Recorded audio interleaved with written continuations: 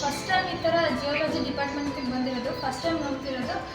ಎಲ್ಲ ಪ್ರಾಣಿಗಳು ಇದ್ದಾವೆ, ಫಸ್ಟ್ ಟೈಮ್ ನೋಡ್ತಿರೋದು, ಫೀಲ್ ಆಗ್ತಿದೆ, ಚೆನ್ನಾಗಿದ್ದಾವೆ. ಬಟ್ ಈ ಥರ ಎಲ್ಲ ಪ್ರಾಣಿಗಳಲ್ಲಿ ಹಾರ್ಟ್ಸ್ ಬ್ರೈನ್ಸ್ ಎಷ್ಟು ಇರ್ತವೆ ಅಂತ ಗೊತ್ತಿರಲಿಲ್ಲ, ಫಸ್ಟ್ ಟೈಮೆಲ್ಲ ನೋಡ್ತಿರೋದು. ನೆಕ್ಸ್ಟ್ ಮೊಟ್ಟೆಗಳದ್ದು ಮರಿಗಳು ಎಲ್ಲ ಫಸ್ಟ್ ಟೈಮು.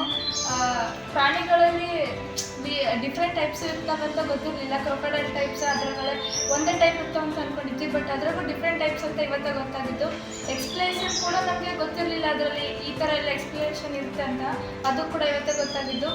ಎಲ್ಲ ಆಲ್ಮೋಸ್ಟ್ 50%, 100% ಜಸ್ಟ್ 20% ಗೊತ್ತಿದ್ದು ನಾವು ಕಲ್ತಿದ್ದೆವು.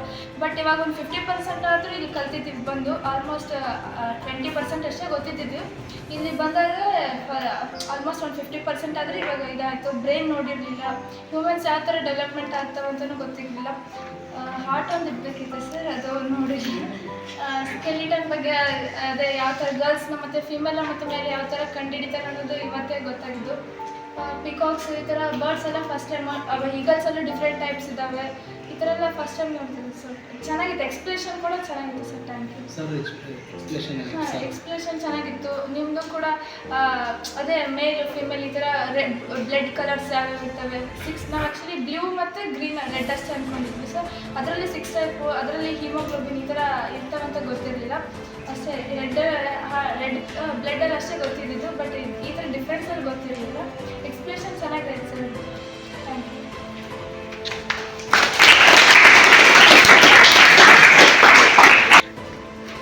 Hi, I am Gangadhar Shopur. I am coming from Bria, JHS High School.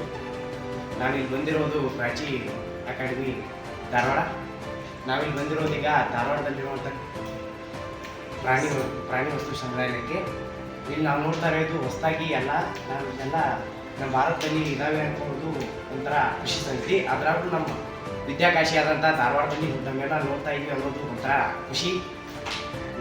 ನಮ್ಮ ಜೀವನದಾಗೆ ನಾವು ಇದನ್ನೆಲ್ಲ ನೋಡಿ ಹೆಚ್ಚಿನ ಪ್ರಮಾಣದಲ್ಲಿ ನಾವು ವಿಜ್ಞಾನದಲ್ಲಿ ಆಳವಾಗಿ ಇಳಿದು ಅದರಲ್ಲಿರುವಂಥ ಇಂಥ ನಿಜ ಸಂಗತಿಗಳನ್ನ ನಾವು ತಿಳ್ಕೋಬೇಕು. ಹಳ್ಳಿಗಳಲ್ಲಿ ಎಲ್ಲ ಇಂತಹ ಮೂಢನಂಬಿಕೆಗಳನ್ನು ನಾವು ಹೋಗಲಾಡಿಸಬೇಕು, ಅವ್ರಿಗೂ ಇಂಥ ಮನವರಿಕೆಯನ್ನು ತಿಳಿಸ್ಬೇಕು. ಮತ್ತು ಇವೆಲ್ಲ ನಮ್ಮ ಮೂಢನಂಬಿಕೆಗಳು, ಇವೆಲ್ಲ ಈ ನವಿಲುಗಳಲ್ಲಿ ಕಣ್ಣಿನ ನೀರಿನ ಮುಖಾಂತರ ಏನೋ ಮೊಟ್ಟೆಗಳಾಗ್ತವೆ, ಅದೆಲ್ಲ ಮೂಢನಂಬಿಕೆ ಅಂತ ನನಗೆ ಈಗ ಗೊತ್ತಾಗಿದ್ದು. ಮತ್ತು ಸೈನ್ಸ್ ಮಾತ್ರ ಅದು ನಿಜವಾಗಿ ಅದನ್ನು ಪ್ರಾಕ್ಟಿಕಲ್ ಆಗಿ ಮಾಡಿ ಅದನ್ನು ತಿಳ್ಕೋಬೇಕು. ಮತ್ತು ಅದನ್ನು ಪ್ರಾಕ್ಟಿಕಲ್ ಆಗಿ ಅದನ್ನು ಒಂದು ಯಾವುದಾದ್ರೂ ಒಂದು ಎಕ್ಸಾಮಿನೇಷನ್ ಮಾಡಿ ಅದನ್ನು ಪ್ರಾಕ್ಟಿಕಲ್ ಅದ್ರಾಗ ಅನುಭವ ಆದರೆ ನಮ್ಮನ್ನ ಸರಿ ಅಂತ ತಿಳ್ಕೋಬೇಕು.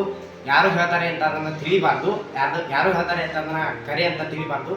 ಮತ್ತು ನನಗೆ ಇದು ತುಂಬ ಖುಷಿ ಆಯಿತು. ಮತ್ತು ಬೇರೆ ಬೇರೆ ದೇಶಗಳಿಂದ ಎಲ್ಲ ಸ್ಕೆಲಿಟನ್ ಹೇಗಿರ್ತವೆ ಮತ್ತು ಬೇರೆ ಬೇರೆ ಪ್ರಾಣಿಗಳಲ್ಲಿ ಅದು ಹೇಗೆ ಯಾವ್ಯಾವ ಪಾರ್ಟ್ಸು ಏನೇನು ಕೆಲಸ ಮಾಡ್ತವೆ ಮತ್ತು ಯಾವ್ಯಾವ ಪ್ರಾಣಿ ಪಕ್ಷಿಗಳಲ್ಲಿ ವಿವಿಧ ಕ್ರಿಯೇಟರ್ಸ್ನಲ್ಲಿ ಯಾವ್ಯಾವ ರೀತಿಯಾದಂಥ ಯಾವ್ಯಾವ ಕಲರ್ ಆದಂಥ ಬ್ಲಡ್ಡು ಅದು ಹೇಗೆ ಡೊನೇಟ್ ಆಗುತ್ತೆ, ಮತ್ತು ಯಾವ್ಯಾವ ಪಾರ್ಟ್ಸ್ ಯಾವ್ಯಾವ ಇದರಲ್ಲಿ ಹೇಗೆ ಉಸಿರಾಡಲಿಕ್ಕೆ ಬೇರೆ ಬೇರೆ ಪಾರ್ಟ್ಸ್ಗಳು ಇರ್ತವೆ, ಅವನ್ನೆಲ್ಲ ಹೇಗೆ ಅವು ಕ್ರಿಯೇಟರ್ಸ್ ಮಾಡ್ಕೋತವೆ, ಮತ್ತು ಉತ್ತರ ಪ್ರಪಂಚ ಯಾವ್ಯಾವ ರೀತಿಯಾಗಿ ಬೇರೆ ಬೇರೆ ಪಕ್ಷಿ ಪ್ರಾಣಿಗಳಿಂದ ಬೇರೆ ಬೇರೆ ಜೀವಿಗಳಿಂದ ಕೂಡಿರ್ತದೆ ಅಂತ ನಾನು ತಿಳ್ಕೊಳ್ಳಿ ಸರ್.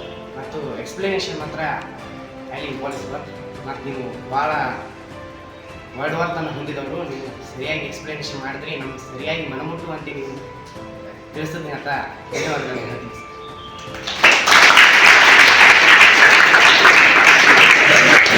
ನಮಸ್ತೆ, ನಾನಿಲ್ಲಿ ಪ್ರಾಚಿ ಅಕಾಡೆಮಿಯಲ್ಲಿ ಮ್ಯಾಥ್ಸ್ ಟೀಚರಾಗಿ ಹೇಳಿಕೊಡೋದಕ್ಕೆ ಬಂದಿದ್ದೀನಿ.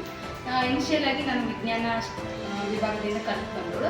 ಸ್ಟಾರ್ಟಿಂಗಿಂದ ಅಂದರೆ ನನಗೆ ಮ್ಯಾಥ್ಸಲ್ಲಿ ತುಂಬ ಇಂಟ್ರೆಸ್ಟ್ ಇರೋದು, ಮ್ಯಾಥ್ಸಲ್ಲಿ.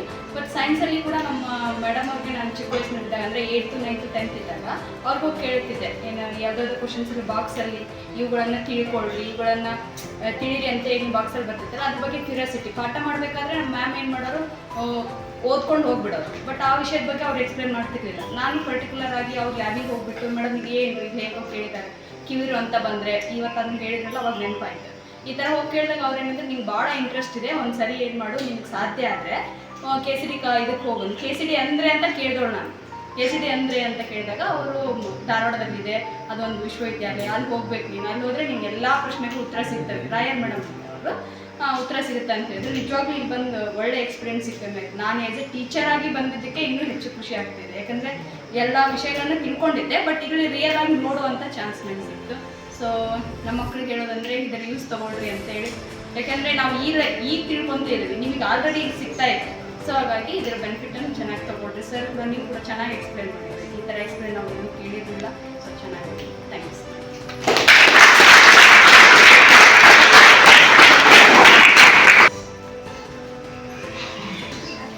ಎಲ್ಲರಿಗೂ ನಮಸ್ಕಾರಗಳು. ಈ ವಿಜ್ಞಾನ ಕ್ಷೇತ್ರ ಕೇವಲ ಯುವಕಗಳಿಗೆ ಭಾಳ ಭಯ ಆಗ್ತೈತೆ. ನಾವೆಲ್ಲ ಹಳ್ಳಿಗಳು ಇನ್ನೊಂದು ಮಾತು ಕೇಳಿ ಈ ಥರ ಇದು ಮಾಡ್ತಿದ್ದೀವಿ. ಆದರೆ ಇವತ್ತು ಈ ಸರ್ಗಳು ಎಲ್ಲ ನಮ್ಮ ಮಕ್ಕಳಿಗೆ ಒಳ್ಳೆಯ ರೀತಿಯ ಬೋಧನೆ ಮಾಡಿ ಪ್ರತಿಯೊಂದು ವಿಷಯವನ್ನು ಸಮಗ್ರವಾಗಿ ವಿವರಣೆ ನೀಡಿದ್ದೀರಿ. ತುಂಬ ಧನ್ಯವಾದ. ಮತ್ತು ಇವು ಕೂಡ ಮುಂದಿನ ಯುವಕರಿಗೆ ಮತ್ತಷ್ಟು ಅಭಿವೃದ್ಧಿ ಆಗಲಿ ಯಾವ ಸಂದೇಹವಿಲ್ಲ ಅಂತೇಳಿ ಮತ್ತೊಂದು ತಮಗೆ ಹೇಳಿ ಸರ್.